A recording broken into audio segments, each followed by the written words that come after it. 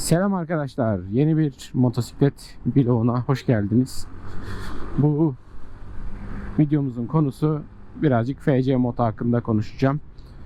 Biliyorsunuz zaten kanalı takip ediyorsanız FC Moto'dan yapılan yurt dışı alışverişleriyle ilgili birçok video mevcut ama bu videoların yanında hala ulaşan arkadaşlar var. Hala bir şeyleri yanlış yapan insanlar var. O yüzden ufak bir hatırlatma yapmak istedim. Şimdi yeni 1 Mayıs 2023 tarihi itibariyle gelen gümrük yasasına göre 150 Euro'nun üzerinde artık alışveriş yapamıyoruz. Yapabiliyoruz ama çok yüksek ücretler çıkıyor. İşte müşavir tutma zorunluluğuydu. Ondan sonra antreposuydu. Tareksiydi. O suydu bu suydu.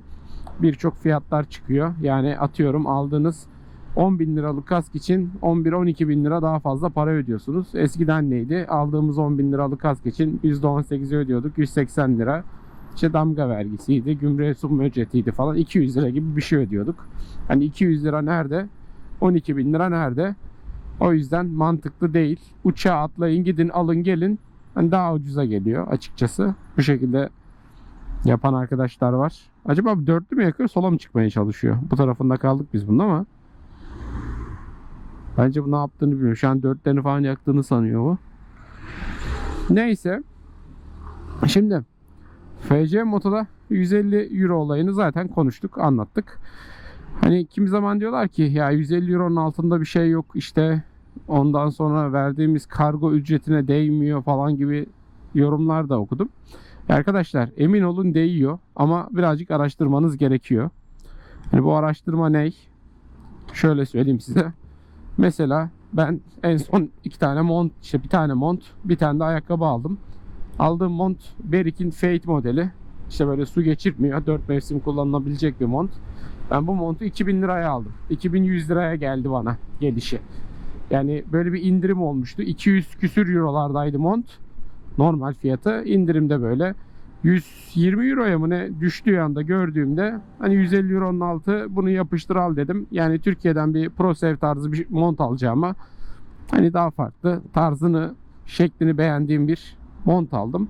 Zaten Berik'in o Monza tulumunu kullandığımda işte kalitesinde 3 aşağı 5 yukarı gözüme kestirmiştim.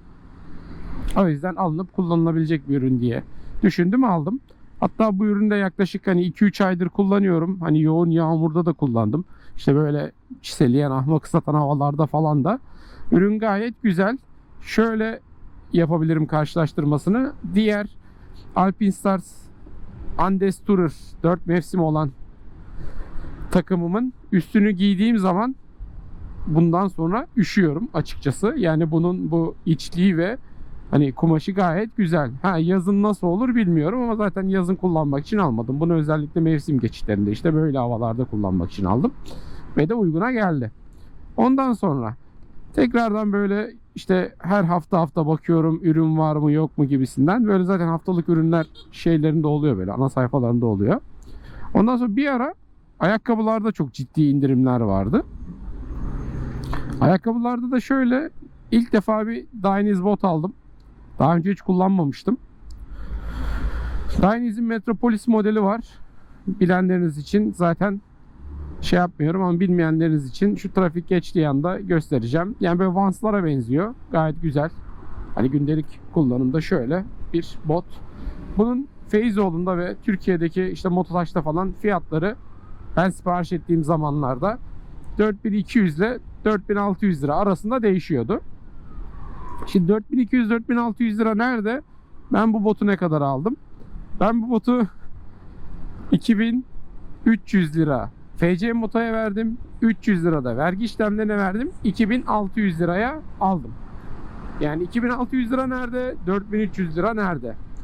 Yani böyle şeyler hala FC Moto'da mevcut. Sadece birazcık araştırma gerekiyor ve atıyorum onlar da mesela stok bitirecekleri zaman bizim Türkiye'deki gibi değil işte. Yani Türkiye'deki gibi değil dediğim şu, işte o çılgın indirimler şeyler falan vardır ya, böyle sepetinize atarsınız 100 liralık ürün önce 200 lira olur, sonra 120'ye iner. Yüzde böyle kaç indi diye bir sevinirsin. Müthiş bayağıymış, baksana 200'den 120 ama aslında %20 daha pahalı şekilde alıyoruz. Ama adamlar da öyle değil. Adamlar gerçekten stok bitirmek istedikleri zaman şimdiye kadar sattıklarından kâr ediyor. Ondan sonrası da ben bunu geliş fiyatın biraz üzerinden bile satsam zaten elimden çıkmış oluyor. Kâr ediyorum diye düşünüyor.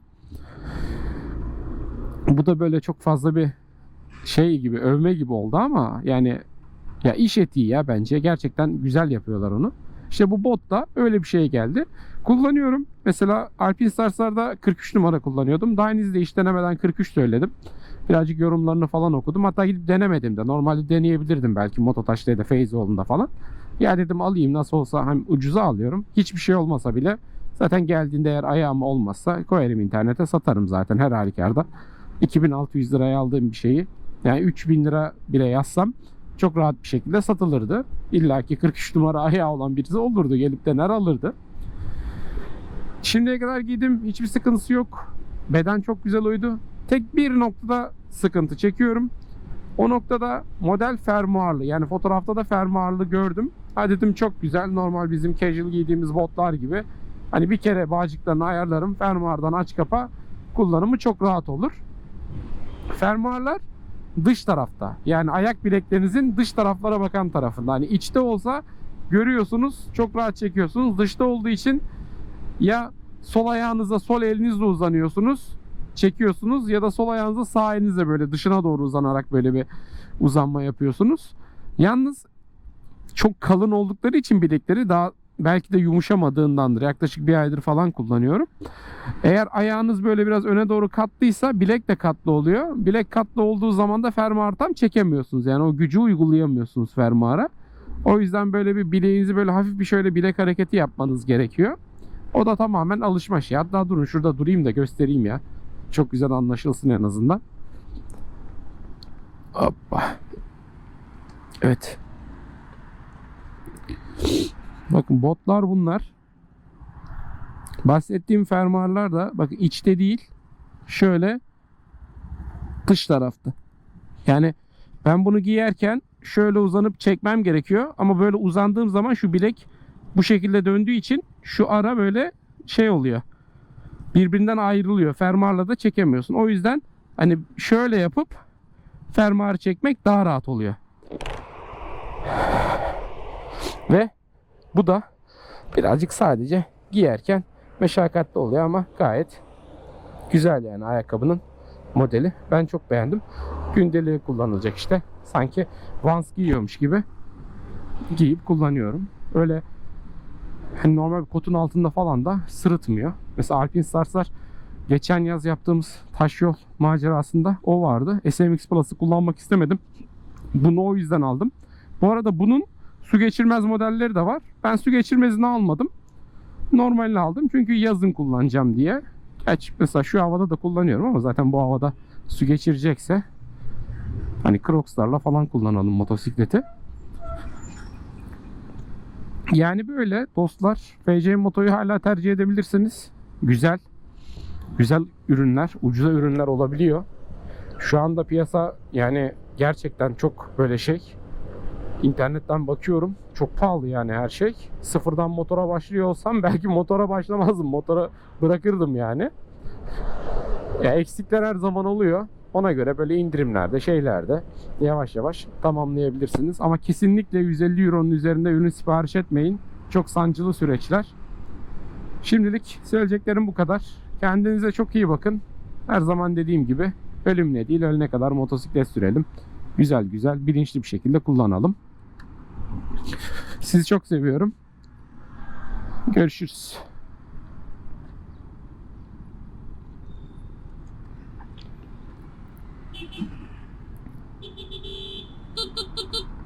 Ben de yapayım. Canım çekti.